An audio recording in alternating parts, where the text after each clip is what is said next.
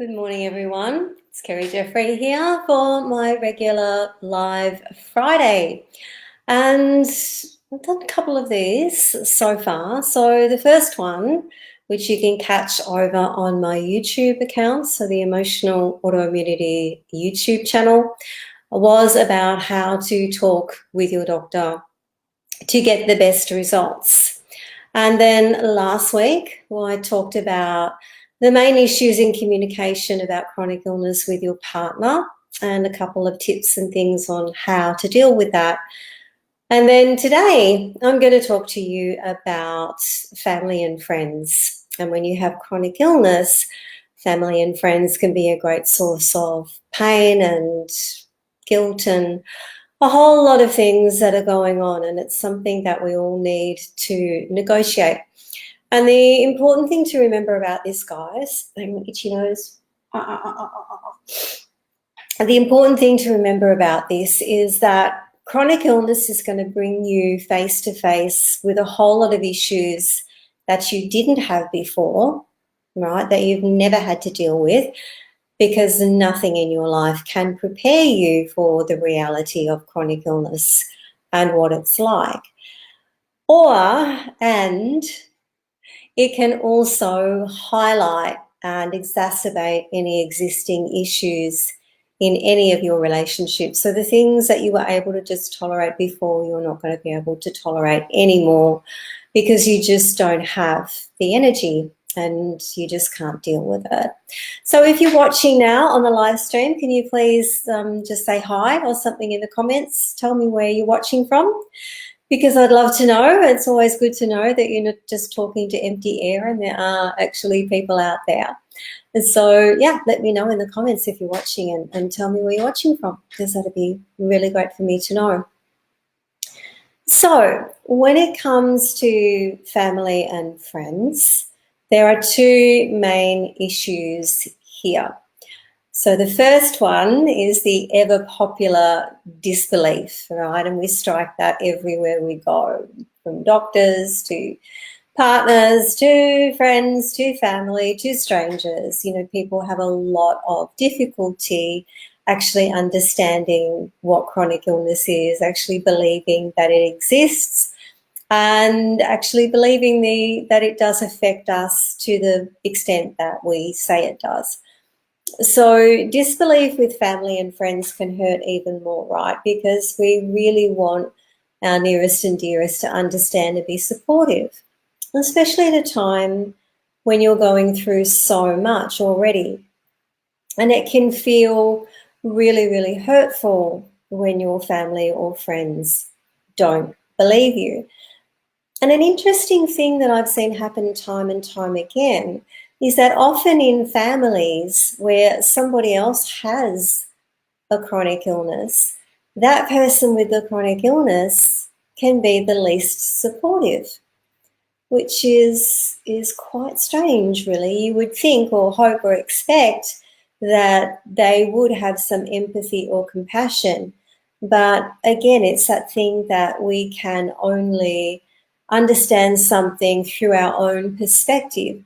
So if they've made themselves a martyr, or they're just in complete denial, or it doesn't actually impact that much on their life, so they haven't been profoundly affected or affected to the extent that you have been, then they also find it difficult to believe that the disease can be as bad as you say it is, because it doesn't affect them that way.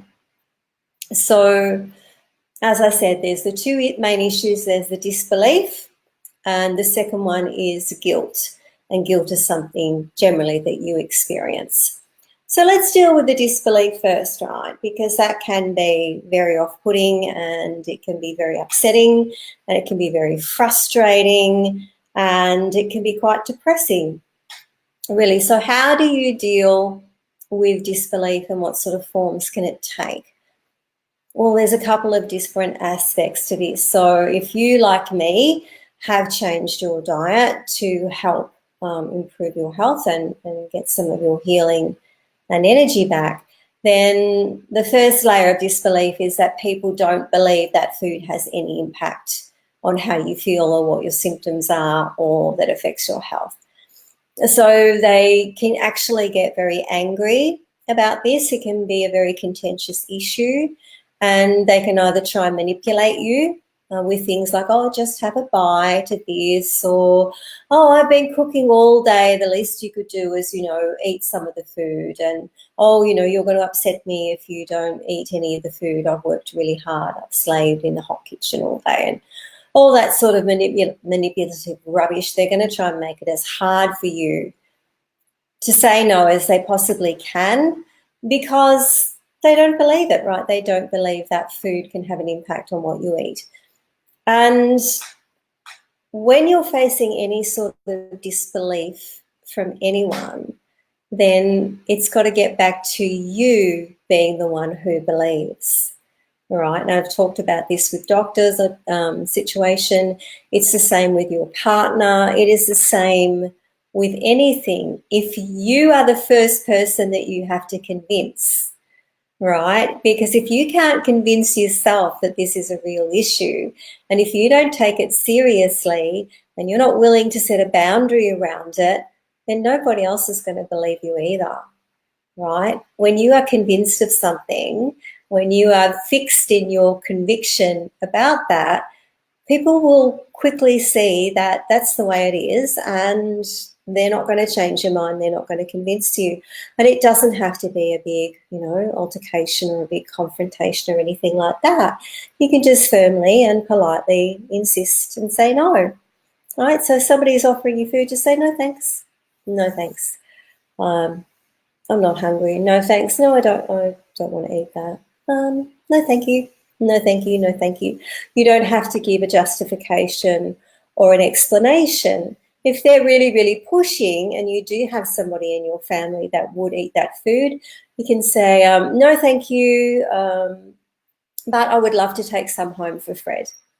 Right? He would love that. So that will placate them a little bit and everybody's happy. So they can give you a slice of cake or some things to take home with you, and the family can share that and you don't have to partake of that. So there's ways around that. So what do you do with a relative who says really cutting things and makes comments about you being lazy, or, the lazy person's illness, which I've heard some people refer to things like chronic fatigue? How do you deal with the relative that makes the nasty remarks? Well, I found generally it's best to take them aside and just have a quiet word with them and just say, listen, Aunt Hilda, when you say that I've got lazy person's disease or something like that, I feel really hurt and I feel really humiliated, because this is a real thing. I have been diagnosed as an actual illness. And whether you believe it or not, it's completely changed my life, and I'm really struggling with this. So I would really, really appreciate your support, because at the moment I could use all the support that I can get, because I'm really finding this hard.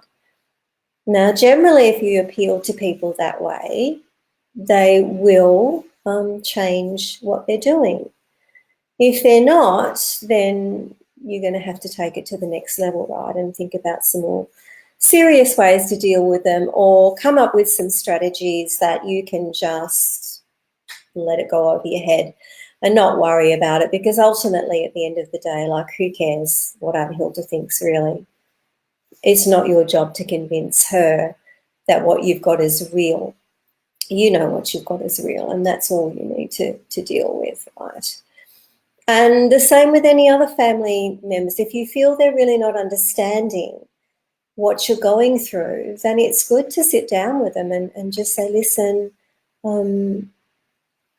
when you say things like this, or give them clear and specific examples, like when you say that, or just say, look, Mum, I just feel that, I feel like you don't really believe me. I feel like when I say that I have all of these issues, that you don't really believe me, and I feel really sort of hurt by that, because this has had a huge impact on my life, and I feel like I've lost myself and I struggle every day, and having your support would mean the world to me. It would make this so much easier for me to deal with, and I would really love to have your support. And that can be useful as well. Now, again, depending on what your relationship is with your parent or with your family members. And, there are different things and different techniques and different conversations that you can have, and they're all absolutely things that I can help you with. There's some of the core techniques that I teach when I work with clients one-on-one. Now, the other aspect of this, as I said, is guilt. And guilt is something that you feel. And guilt is a useless emotion when it's used in this way, or it's felt in this way. Because guilt, the purpose of guilt, like any other warning signal that we have in our bodies, like fear or suspicion, or guilt, right? It's a trigger. It's meant to say you are out of alignment with what you believe is right or wrong, or you have done something that does not sit well with you, or you have done something that you feel was not the right thing to do, and you need to do something about that. So it's like a course correction, right? It's to steer you back on track to who you're supposed to be, or who you believe you are, and what your values are. So the whole thing to really understand and get through your head, guys, about chronic illness is it is not your fault. It is not your fault. You didn't create it. You didn't cause it. The same as if you were in a serious accident and suffered a spinal cord injury, or the same as if you developed cancer. It is not your fault. It is one of those terrible things in life that comes along and happens. So you feeling guilt on behalf of other people is not your burden to carry, because how other people deal with your illness has nothing to do with you. That's up to them, right? They need to adapt to it. The same as if it happened to a member of your family, like if one of your children had a chronic illness, you would do everything you could, right? You would not want your child feeling guilt for one single moment. They've already got enough to deal with. So you would do everything you could to make family life and their life as normal as it could be within the limitations of their illness, right? So guilt is useless. It's not going to do anything for you. It's not going to do anything for your child. The same as if it happened to your partner. There's no need to feel any guilt about it. You wouldn't be feeling guilt about it. You would try to work together as a couple to adapt to the new life and whatever limitation that brings. So, for example, if your partner was in a wheelchair, then you would have to physically adapt the home. So you'd need ramps and you'd need rails and you'd need wider corridors and you'd need plenty of space between furniture. So you'd have to find a way to deal with it. And this is exactly the same thing. It's exactly the same thing. There is no need for you to feel guilt. And guilt is something that we create for ourselves. Now, unless somebody is deliberately trying to help you feel guilty by blaming you or telling you that you're a burden, or telling you that this is all your fault, or telling you how much, this is disadvantaging them, or how annoying it is, or how frustrating it is, or how inconvenient it is, well, I mean, one, you've got bigger problems than guilt, because that's not sounding like a very supportive, healthy, loving relationship. But you feeling guilty is not going to add value to their lives, and it's not going to add value to yours. So that's something that you really need to learn to deal with. Okay, so people feel guilty because they feel like they're letting everybody else down. Well, that's not your job. Your job is not to live up to everybody else's expectations. That's not your job. You're here for your life. You're doing the best that you can. That's all you can do. And if that's all you can do, then there's no need for guilt, right? Why have guilt if you're doing the best that you can? Pushing yourself through and trying to do everything and put everybody else's needs first, that's actually going to take you further down. And that doesn't serve anyone, because if you think of it this way, a miserable, overworked, flare-filled, anxious, depressed, guilty, symptomatic you, right? Everybody gets the benefits of that, and the benefits are not good, right? Everybody gets the flow and effect from that, because you're not pleasant to be around when you're miserable and guilty and sad and anxious and depressed and in a flare, right? Everybody around you is impacted by that, whether you want them to be or not. That's just the way it is, right? We generate that energy. A better feeling, healthier, more confident, more rested, more accepting you is much more pleasant to be around, right? And everybody gets the benefit of that. So which one would you rather that they have? Would you rather they are living with the guilty, guilt-ridden, sad, anxious, depressed, despairing you, or the you that's saying, well, you know what, this chronic illness, it's here. We've just got to do the best of it that we can as a family. We need to adapt. Things are going to have to change. That's the way it is. So let's deal with the reality of that, and let's do everything that we can, or let me do everything I can to create the best possible health and happiness. And honestly, that is the best thing you can do for your family. And it's the best thing you can do for your partner is look after yourself. So one of the things that can be helpful with your friends, because your friends are going to find it difficult when they're inviting you to do things and, you say you can go and then you have to cancel at the last minute, or you can't do all of it, or you need to, maybe go somewhere else or something like that, is that you've got to be open and honest with them, right? You've got to have a conversation. And the conversation goes something like this, look, Sarah, your friendship is really important to me. You are important to me. I really value you in my life. And I have this chronic illness now, and it's changed everything. And it's really hard for me to even begin to explain how much my life has changed. And I honestly don't know how much of my old life and my old self at this stage I'm going to get back. And while I want to be reliable and I want to be there for you and I want to spend time with you and I want to connect, the illness is unreliable. And one of the hardest things to deal with is that it's unpredictable, right? So I can wake up in the morning feeling fine, and then by midday I'm just incapable of doing anything else. And it's so random, right? So I really need you to understand that if I say no and if I cancel, it doesn't have anything to do with us, right? It really doesn't have anything to do with us. And I want to keep that connection open. So there might be things that we could change, or we could try, or we could negotiate on. So generally my energy is best early in the morning.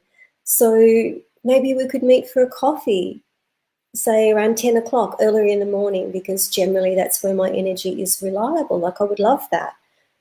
And just reiterate that the friendship is important, that you value it, that it has nothing to do with how you feel about your friend. It's the illness. And you've just got to keep talking about it like that. And you've got to keep finding ways to adapt. So generally what I do when I catch up with people is I do it through the day, and I don't go out for a meal. So I eat first. So I eat my nice safe food first. And I meet up with my friend wherever she wants to meet up, and she can eat or not. That's completely up to her. But I'll have a glass of sparkling water or something like that, and I don't eat. And if they feel uncomfortable with that, which they often do, then I go through that process of saying, look, the anxiety it would cause me to try and find something safe to eat, because unfortunately, I have been out a few times and I have been accidentally glutened. And it's just not worth it, right? It's not worth it. I would be sitting here with you feeling anxious about the meal. I'd be anxious all the way home, looking for symptoms to see if I've been glutened. or any reactions I'm having to the food. So honestly, this is the best way for me. I'm going to have a great time. I'm going to enjoy catching up with you. I've had my safe food. I can have a drink, and we can do what the whole purpose of the meeting is, right? We can sit here and we can catch up and we can reconnect, because that's what we want to do. So there are ways and means around this. But the main thing is you need to be the first person to convince, right? You need to convince yourself first, because everybody takes their cues from us. We teach people how to treat us by what we're willing to tolerate and accept. If you take your disease seriously and you take the boundaries you need to set around that disease seriously, then it's going to be a win-win, right? Because they will eventually respect that, and you keep those boundaries. If you talk to people and give them clear examples as to how you feel about the things that they're saying and stay in your feelings, then you've got a really good chance of getting that person on side. If not, then there are other strategies and things that you can use to help you mitigate the impacts on that, right? And you have to, honestly, it is imperative. If you are carrying guilt about other people, you have got to do something about that. That can't stand. It is not benefiting them. In fact, you are causing harm to the people you love by carrying guilt about how you are affecting them or how you think you are affecting them, which is the opposite of what you want. It is not serving you. When chronic illness happens to you, it has an impact on everybody in your life. That's the way it is. The same as if somebody in your circle or your partner became chronically ill or had an accident or developed a disability. You have to find a way to adapt and to make the most of the life that you have, right? It is not your fault. So you feeling guilty is actually doing the reverse of what you want. It's making things worse. It's not making things better. So I hope this has been useful for you. I will be back at the same time next week talking about another topic. I'm not sure yet, but I'll come up with something. And I hope you will be able to join me then. So the replay of this will be available on the page feed, and I'll also be downloading it and putting it on the YouTube channel.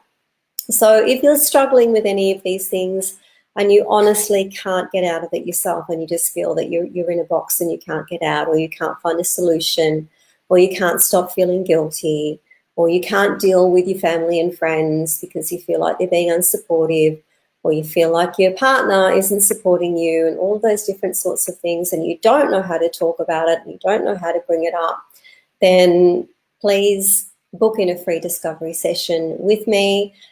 You can talk to me about what your issues are. I'll tell you honestly if I can help you. I'll tell you which of my programs would be best suited to you. I'll give you all of the information, and then you have a think about it. Go away for a week and have a think about it. I'll email you the information after the discovery session, and that's it. I don't follow up anymore after that. It's completely up to you, right? This is not a sales call. It's an opportunity for you to find out if I am the right therapist for you. And in general, the only way you're going to find that out with other therapists is if you've got to pay for an hour to go and see them and see if they're the right person for you. I'm giving you 25 minutes of my time absolutely free in order to do that. And I think that's a bargain. And so you can make the booking from this page, or you can go to my emotional autoimmunity website. So if you've got any questions, please post them in the comments. I'd be happy to try and answer. Please don't PM me on your individual case unless it's about booking a discovery session. I don't give individual advice through messages. All my individual advice is actually for the clients I'm working with. So thanks for watching, guys, and I'll see you next week. Bye.